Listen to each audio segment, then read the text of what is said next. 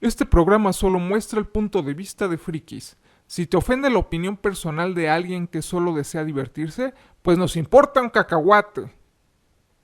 Bienvenidos a Great Sword Gremio de Aventuras, el podcast friki que tanto buscabas. Y probablemente este sea mi podcast favorito. ¡Comenzamos! Bienvenidos sean todos ustedes a Greatsword, Gremio de Aventuras. Mi nombre es Lan, ser uno de los que los guíe en toda esta nueva aventura que tengan en este podcast. Y aquí a mi derecha tengo nada más y nada menos que al Dr. Neil. El Dr. Neil que ha sido estudiado desde las más grandes montañas del Himalaya, y no solo eso, ha entrenado con uno que otro dragón y cosas así para aprender los grandes conocimientos que vamos a esparcir a todos ustedes el día de hoy. Espero les guste mucho. Un gusto, Neil. Qué bueno que nos acompañes como siempre. Bueno, Hola, Alan, gracias por invitarnos, aunque debo decir que ese currículum es falso. Pero vengo a contribuir con lo que pueda y con mucho gusto. como sea. No es mentira. Bueno, como iba diciendo, el día de hoy trataremos un tema acerca de lo que es Dungeons and Dragons de quinta edición. Él va a disipar todas, o la mayoría de las dudas que tengamos respecto a ello. Y pues la primera y la más grande duda que tenemos es, yo por ejemplo, en mi caso, yo generalmente jugué tercera edición y 3.5 y Pathfinder. Y pues aquí el Dr. Neil es encargado de aprender todo a capa y espada y hasta sangrando, aprendiendo a dominar todas las artes de Dungeons and Dragons. Se sabe casi de pie a pa los manuales. Así que, doctor, por favor, ilumínanos con su grandeza y conocimiento. Díganos, Vale. ¿qué tiene de bueno realmente la quinta edición? Para mí la tercera edición de Dungeons and Dragons se me hizo muy completa. Siempre sentí que tenía todo, pero pues me mencionas pues, fuera de audio que en algo que tiende a ser mucho mejor la quinta edición. Yo conforme avancé me di cuenta que parecía que estabas armando un personaje de juego de video y ya no lo sentía tan de rol. Parecía que estaba jugando incluso miniaturas en lugar de Dungeons and Dragons. Dime, ¿qué tiene esta quinta edición que es mejor que todas las demás? Pues, hay muchísimas cuestiones que son sumamente diferentes entre la tercera y 3.5, a diferencia de quinta. Y yo creo que el principal factor es justo lo contrario de lo que has mencionado, ¿no? Quinta edición es una edición hecha para volver a las raíces del rol y salirnos un poco de la mecánica de los numeritos en la que nos metió 3.5 y que llegó a un siguiente nivel con cuarta. ¿Qué quiero decir con esto? Cuando salió segunda edición de Dungeons y entró tercera edición, el cambio del sistema fue enorme y fue un sistema mucho más especializado, con una cantidad impresionante de datos en tu personaje que te ayudaban a distinguirte de todos los demás jugadores, ¿no? Habían tantas opciones que era fácil crear dos guerreros y que ambos guerreros fueran absolutamente diferentes, ¿no? O sea, dos guerreros de la misma raza incluso y que fueran absolutamente diferentes. Y eso estaba muy bien. El problema con tercera, luego 3.5, es que conforme los años fueron pasando y fueron saliendo más materiales, la cantidad de información que habían en todos los libros era desproporcionada, absolutamente desbordada, y jugar 3.5 se convirtió más bien en una estrategia matemática. Aprender a dónde estaba la información más valiosa de cada libro y empezar a hacer un A más B más C para construir personajes demasiado poderosos. Y cuando digo demasiado poderosos, hay que entender que los sistemas de juego de rol basados en D20 tienen una tabla que indica, por así decirlo, el nivel de poder, ¿no? El nivel del personaje, y ello te indica el nivel de los enemigos proporcional. Pues con tanta información, tantas habilidades, tantos poderes y tantos numeritos, era posible crear personajes demasiado fuertes para su propio juego. Y en consecuencia, 3.5 desde mi punto de vista era un juego absolutamente roto, porque los jugadores ya no jugaban para crear grandes historias, sino para crear los personajes más poderosos. Porque claro, qué gracia tiene hacer una partida de nobles guerreros que con valor van y se enfrentan a un dragón y que en cuya proeza pues se mueren 2 de ellos. Cuando puedes crear 3 superhéroes y uno por uno se matan un dragón, ¿sabes? 3.5, tercera 3.5 fue una gran edición para mí al principio, pero conforme fue avanzando el tiempo, convirtió en una estrategia matemática para construir los personajes más fuertes, dejando completamente de lado el hecho de crear una buena historia. Y entonces, cuando 3.5, desde mi punto de vista, ya fue absolutamente insostenible, apareció Cuarta edición llegó en un momento en el que juegos de estrategia de mesa, los Warhammer, habían alcanzado pues un nivel de fama y de accesibilidad mucho mayor a años anteriores. Y Dungeons quiso pues atrapar la posibilidad de que sus jugadores interactuaran entre una historia de rol y un juego de tablero, ¿no? Y desde ese punto de vista, el juego es un gran éxito. Consigue la meta que buscaban. El problema es que el mercado de los jugadores de rol es de jugadores de rol, que sí, algunos juegan juegos de estrategia de mesa, pero no es lo mismo, ¿no? Como quien dice, fusionaron en cuarta para que pudieras jugar con tus miniaturas, ¿no? Exacto, sí. Desde 3.5 ya se podía, ¿no? Incluso desde segunda ya se podía, pero cuarta fue un sistema sumamente diseñado desde la raíz para combinar estas dos disciplinas. La cuestión es que jugar rol es algo mucho más amplio que pelear, ¿no? Y todos estos sistemas eran pues meramente de combate. Y a los jugadores de rol que de verdad son veteranos, que lo que les gusta es crear grandes historias, pues les parecía un sistema pues demasiado superficial, ¿no? O sea, vamos a jugar para meternos siempre en combate tras combate tras combate y todo eso. Entonces yo siento, desde el punto de vista de los roleros más clásicos, que Cuarta fracasó como edición, no porque tuviese un mal sistema, de verdad que no, es un gran sistema para combatir, pero no para rolear, ¿no? Entonces cuando esto ocurrió, surgieron sistemas como el de Pathfinder, que eran una renovación de 3.5, agarraba los mejores elementos de 3.5 y los traía de vuelta a una mesa con un ambiente muy fresco, quitando la mayoría de la información excesiva, y entonces Pathfinder empezó a brillar, ¿no? Y Dungeons pasó a estar completamente relegado en los juegos de rol. Ya nadie quería jugar Dungeons, todo el mundo jugaba Pathfinder. Y entonces Pathfinder cometió el mismo error que 3.5. Empezó a sacar una cantidad excesiva de información hasta que volvió, o sea, rompieron el juego exactamente igual que 3.5, ya que los que habrán jugado Pathfinder sabrán que era una copia de 3.5, pero depurando los mejores elementos, al menos al principio. Sí, lo recuerdo bastante bien. Entonces, ¿qué pasa cuando rompieron Pathfinder? Pathfinder estaba roto, 3.5 estaba roto, y Cuarta no era el sistema de rol que se quería. Entonces, la gente quería volver a las raíces, quería volver a jugar rol como antes, como en segunda edición, ¿no? Y entonces crearon quinta edición. Y quinta edición tiene la mayoría de que es un sistema, o sea, tiene la maravilla de, es un sistema sumamente sencillo.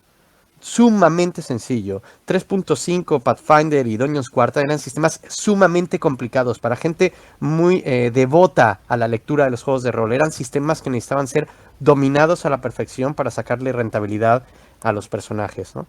Quinta edición no es así.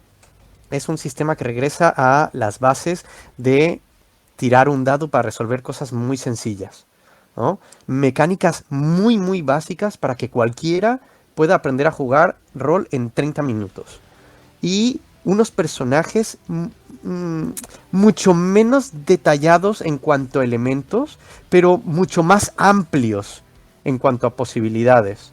No sabría cómo expresar esto correctamente. En quinta edición tu personaje tiene menos cantidad de habilidades, pero esas habilidades son mucho más amplias que las de 3.5. En otras, 3.5 cada vez que... Perdona, sí. en otras palabras, me estás mencionando de que, por ejemplo, mi recuerdo de por lo menos Pathfinder y lo que es también incluso tercera edición y algunos otros juegos, es cuando inicias en el juego, cuando eres de bajo nivel, las habilidades, pues, la verdad es que no te ayudan de mucho y no te sientes, pues, poderoso, ¿no? Siempre cuando creas un personaje uno quiere, pues, sobresalir en algo, ¿no?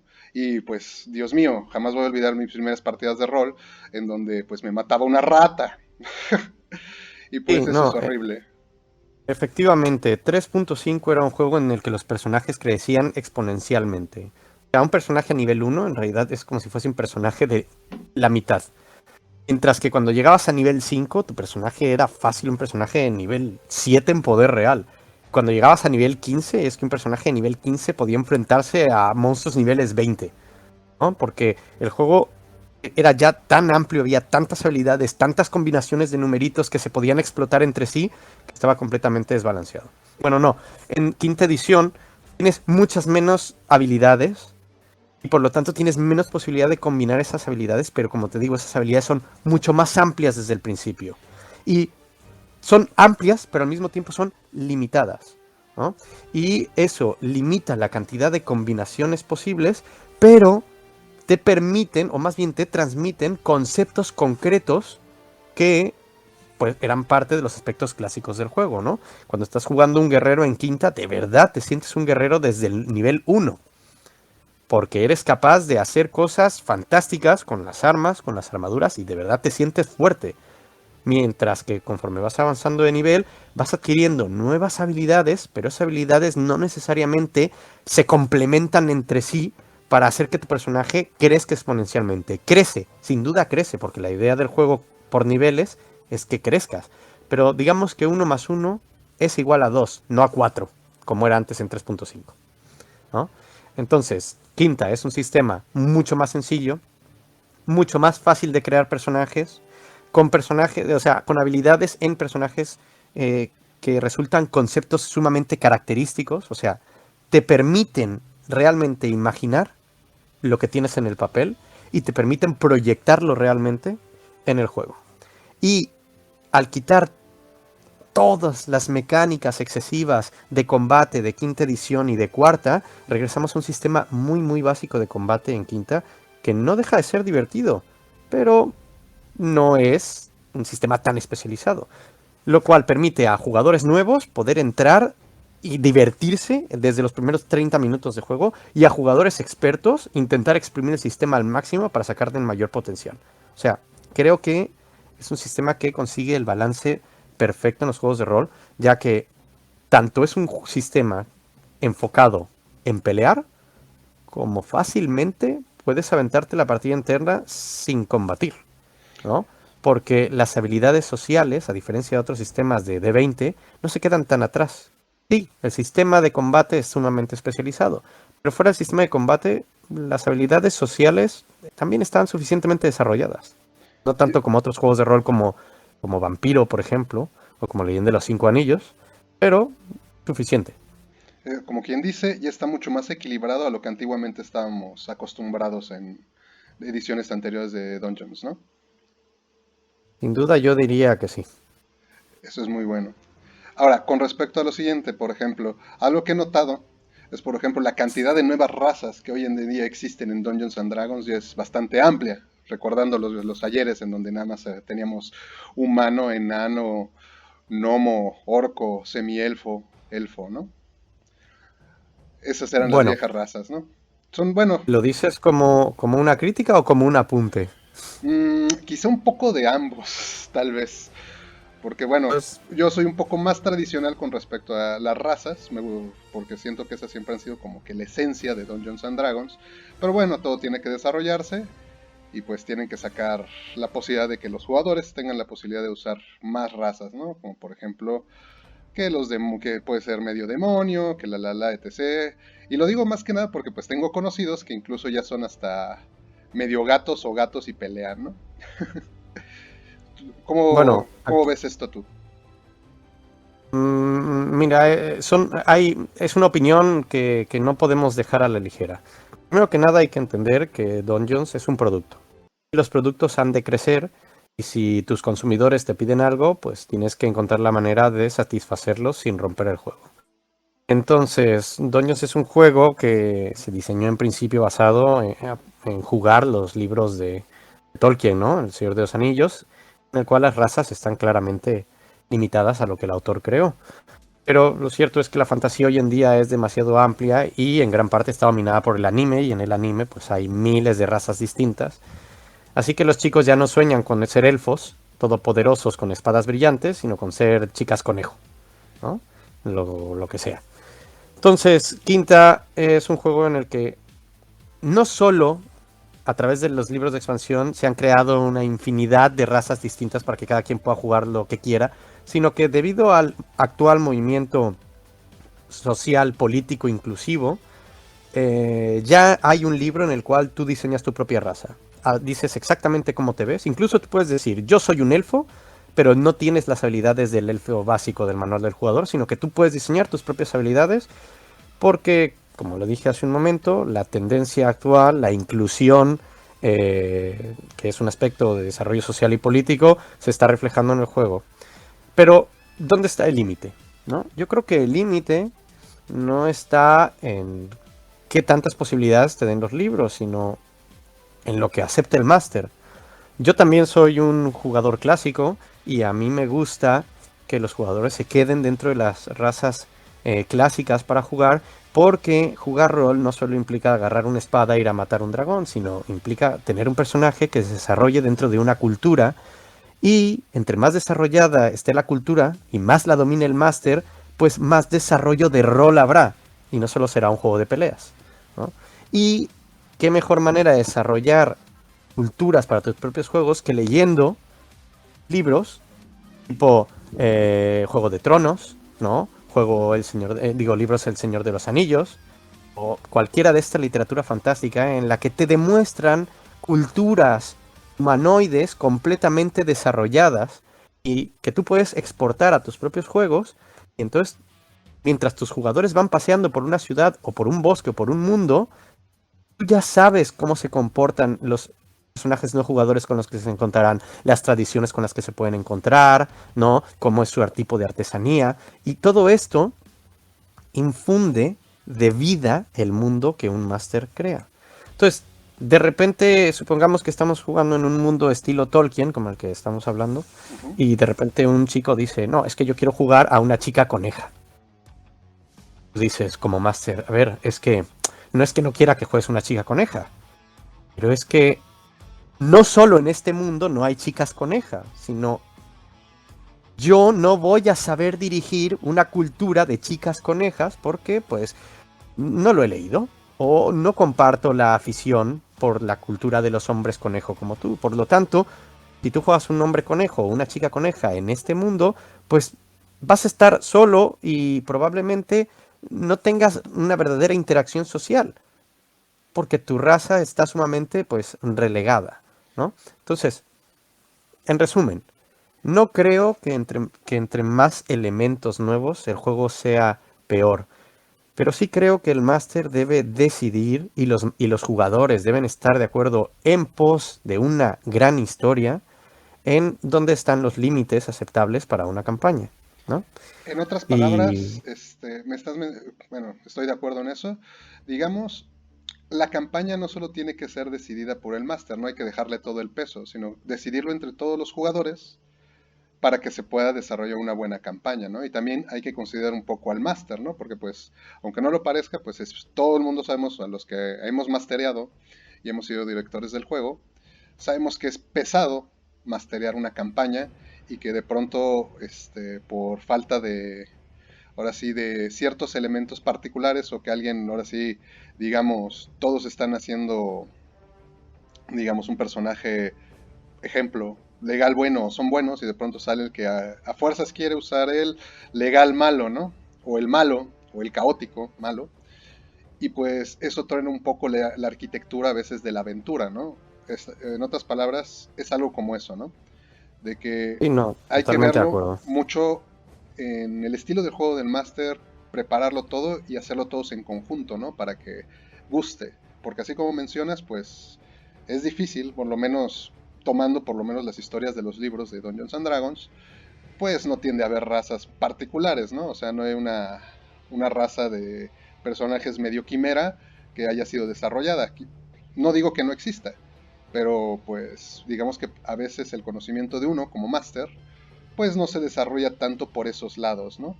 A veces Sí, efectivamente. los que jugamos, pues nos gusta mucho el anime, yo soy uno de ellos, pero pese a todo, no me atengo, sino me gustan las razas principales del juego, porque como tú mencionaste, tienen como una historia más rica y mucho más desarrollada que pues las demás que, pues, digamos, se van adicionando, ¿no? Efectivamente. Am, yo creo que al respecto ya poco más se puede decir. Eh, Sin duda alguna, la arquitectura de una partida debe estar lo mejor definida que se pueda desde el principio. Si los jugadores han decidido llevar héroes, pues es mejor que todos lleven héroes. Nunca está de más llevar un antihéroe, pero el jugador que lleve el antihéroe tiene que saber que la aventura no va por la línea del anti, sino del héroe, ¿no? Entonces, jugar al típico antihéroe estilo Digimon. Yo voy por mi lado, pero en realidad estoy con la party porque soy bueno. No un Joker, ¿no? Que yo quiero hacer el bien, pero a mi modo cueste lo que cueste. No, no, no. Esto tiene que estar bien definido. Que no digo que jugar lo otro esté mal, pero tiene que haber sido bien decidido y definido desde el principio, porque un error fatal puede dar como consecuencia, en el menor de los casos, que la partida no llegue a su fin. Y nunca hay que olvidar que el fin de empezar un juego es intentar acabar la historia, ¿no? Muy pocas veces se consigue, pero cuando se consigue, pues es realmente un gran éxito. Y uno de los elementos para conseguirlo, o que garantiza, o da mayor garantía de conseguirlo, es una buena arquitectura desde el principio.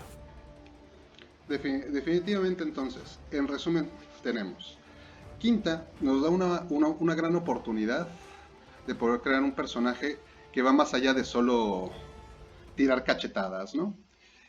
A su vez también con grandes habilidades sociales y pues que puedas definirte un poco mejor cómo quieres hacer la arquitectura de tu personaje, ¿no? O sea, ya puede ser puedes quizá crear un guerrero que no sea el clásico de, sí, yo acepto misión, pego, sino que ya puede ser un poco más, quizá como los libros, ¿no?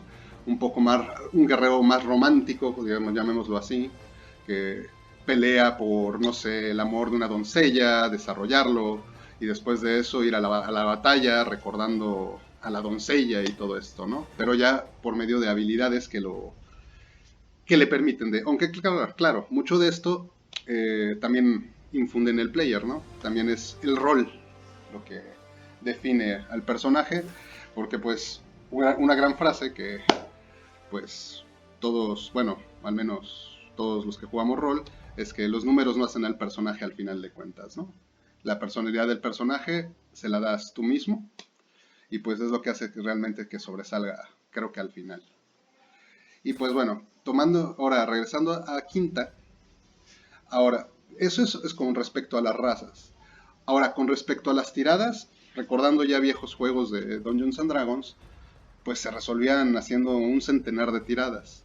Mientras que después de eso ya en Pathfinder, incluso en 3.5, pues todo se redujo. Ahora ya sabemos por qué, ¿no? Ya se volvió con un poquito más de miniaturas, pero luego tenían un buen de habilidades.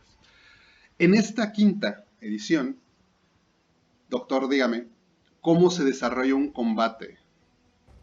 ¿Cómo este combate no se desarrolla de manera pesada? Todavía tenemos que, por ejemplo, recordando el muy viejo Dungeons and Dragons, donde tirabas hasta casi por respirar.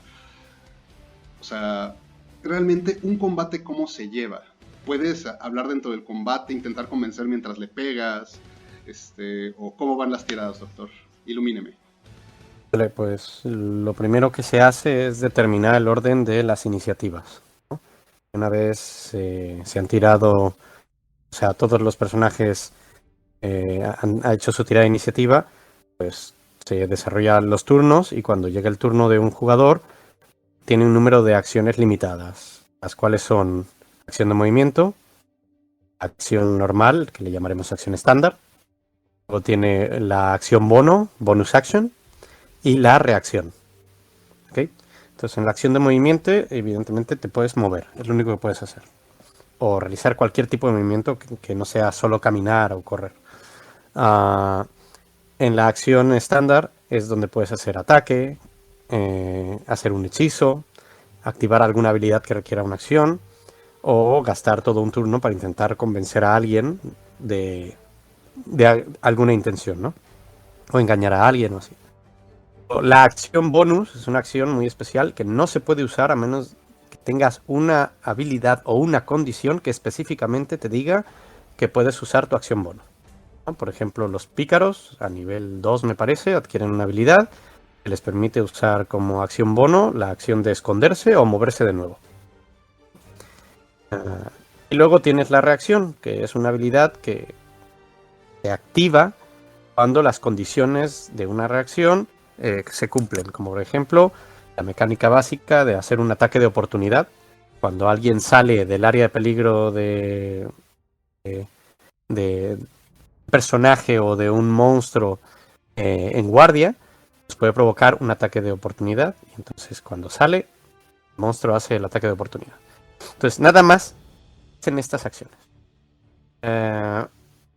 Lo interesante es la manera en la que un personaje se desarrolla conforme aumenta de nivel y va adquiriendo habilidades que le permiten jugar con estas acciones de una u otra manera. Por ejemplo, la mayoría de los combatientes adquieren un segundo ataque, entonces cuando ellos declaran la acción de atacar, pueden hacer 2 golpes por turno. No son 2 acciones distintas, sino es una sola acción que realiza 2 ataques, ¿no? Y cosas por el estilo. Y poco más. A partir de ahí es un desarrollo específico para cada clase, el tipo de habilidades que irá adquiriendo y la forma en la que se utilizarán las acciones. Entonces, doctor, digamos que por fin en esta quinta edición podremos hacer algo más allá que solo golpear y movernos, cosa que antiguamente en versiones anteriores no era tan variado. Así es, dependiendo el tipo de personaje, la clase que tengas, la forma en la que combines tus habilidades, podrías llegar a hacer muchas cosas. Pero, por ejemplo, no sé, para que no quede mal explicado, la acción de convencer no es automática, se sigue resolviendo en una tirada. La diferencia es que las tiradas ahora son mucho más sencillas. En 3.5 las dificultades eran desorbitantes, mientras que quinta tiene una tabla de dificultades básicas y, por ejemplo, una dificultad difícil es 15. Entonces estamos de acuerdo que un 15 no es una tirada imposible en un sistema de tirar un dado de 20 más sumarle una habilidad y si tienes la proficiencia y bueno, y ya si tienes alguna habilidad extra, puedes lograr un 15. ¿Me entiendes? En 3.5 era mucho más difícil, eran mecánicas más tediosas y sumamente infructíferas. Así como menciona, doctor, decimos que esta edición, si manejamos bien las dificultades, puede ser más sencillo. Efectivamente, es mucho más sencillo, pero no para hacer que el juego sea fácil, ¿de acuerdo? Sino para hacer que el juego sea accesible para todos. Porque el hecho de que tú logres de forma sencilla un propósito, significa que automáticamente resuelvas el conflicto. ¿Entiendes lo que quiero decir? Por ejemplo, estás en un combate y tu personaje quiere intentar convencer a un enemigo de que no es su enemigo. Entonces haces una tirada para intentar convencerlo y la tirada no es desproporcionada, es probable que lo tengas, o sea, lo consigas. Pues puede que el enemigo de verdad se dé cuenta de que no es tu enemigo, pero igual y él tiene una orden y a pesar de no ser su enemigo, él tiene que intentar someterte. Pues podemos derivar en un tipo de conflicto que ya no necesariamente es armado, pero que seguirá siendo un conflicto. Esto ya depende mucho del máster, cómo el máster quiera llevar la fluidez de su historia. Lo que yo quiero dar a entender aquí es que al menos yo también me quedé con esa sensación en 3.5, incluso Pathfinder, de que hacer cualquier otra cosa que no fuera pegarle a un monstruo era perder el tiempo. Porque habían tantas habilidades y tantas formas de combinar numeritos para hacer que pegarle a un monstruo y matarlo fuese más efectivo que cualquier otra cosa. Entonces, al llegar quinta y quitar todas esas posibilidades infinitas de combinaciones, a veces pelear no es la forma más fructífera de resolver un conflicto. Ahora, doctor, algo que le podría interesar a nuestros miembros del gremio sería algo que en versiones anteriores funcionaba y es que si soy un jugador nuevo de esta quinta edición, ¿cuál sería la raza o clase que me ayudaría a entender el mundo mejor? Ya que, pues bueno, ser humano guerrero era lo más factible gracias a su fit extra, además de ayudarme mucho para moverme en el entorno. ¿Qué nos recomendaría con su infinita sabiduría? Lo primero que te recomendaría es que hablaras con el máster y le preguntaras cómo pretende iniciar su aventura. Porque si la aventura inicia o tiene raíces en un pueblo de enanos, pues yo te recomiendo empezar con enano. Si tiene raíces en un pueblo élfico, te recomiendo empezar elfos. Y si tiene raíces humanas, pues te recomiendo empezar humano. Ahora, si ya eres un jugador con un poco más de experiencia y lo que estás buscando es tener un personaje más fuerte para tener mayor control de tu situación, pues humano. Porque el humano, como bien has dicho, empieza con un feed extra, eso lo mantiene.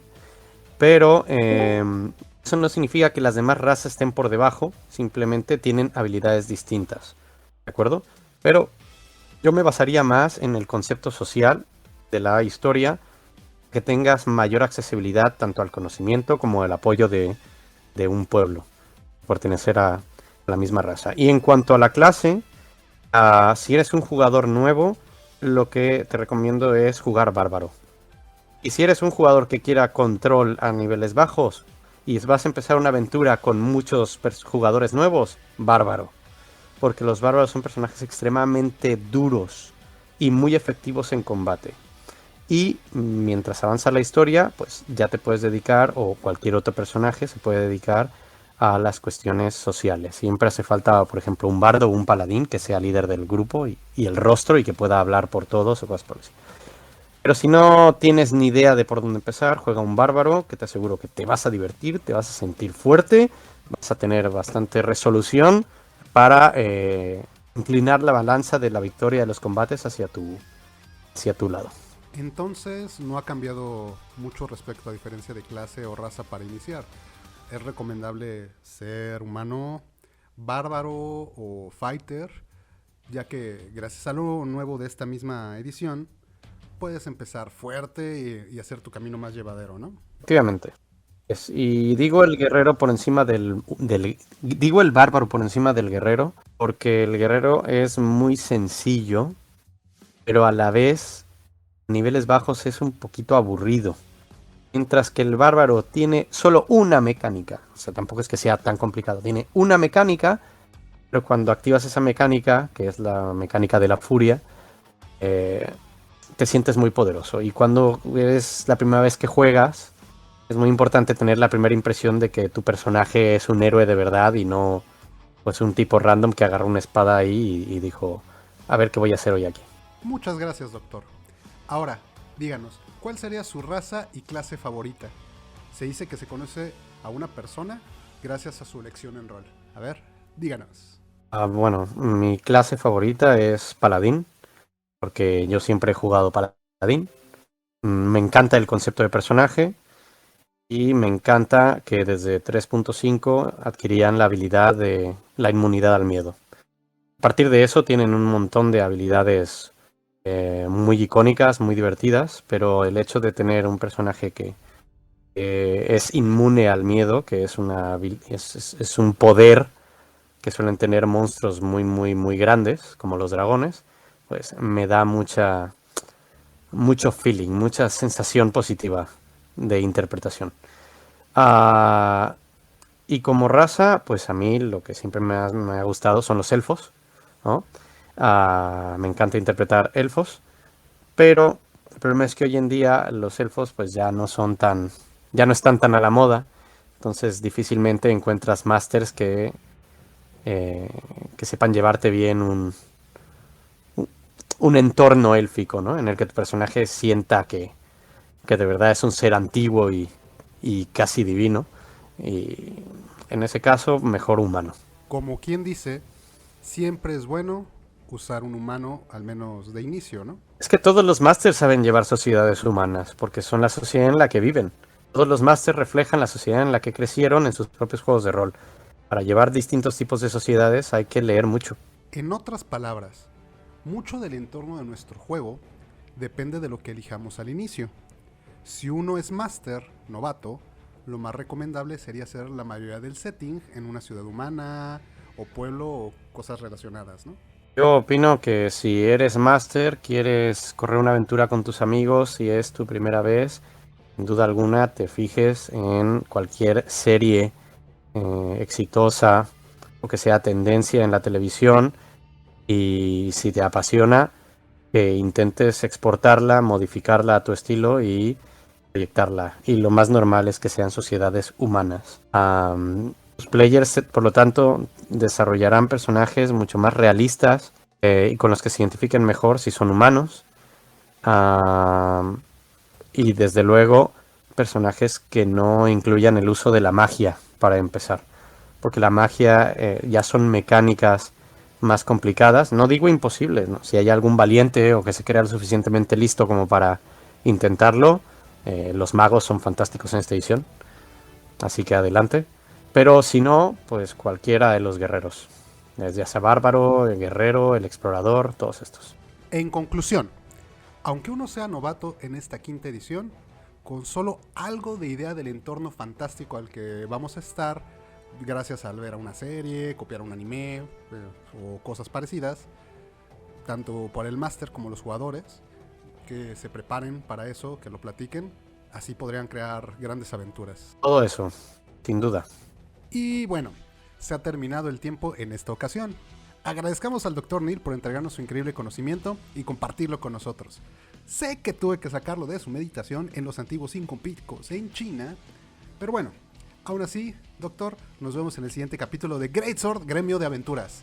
Suscríbanse, denle like y no se olviden de comentar que este es su gremio de aventureros. Doctor. Gracias, Lan. Solo una última cosa.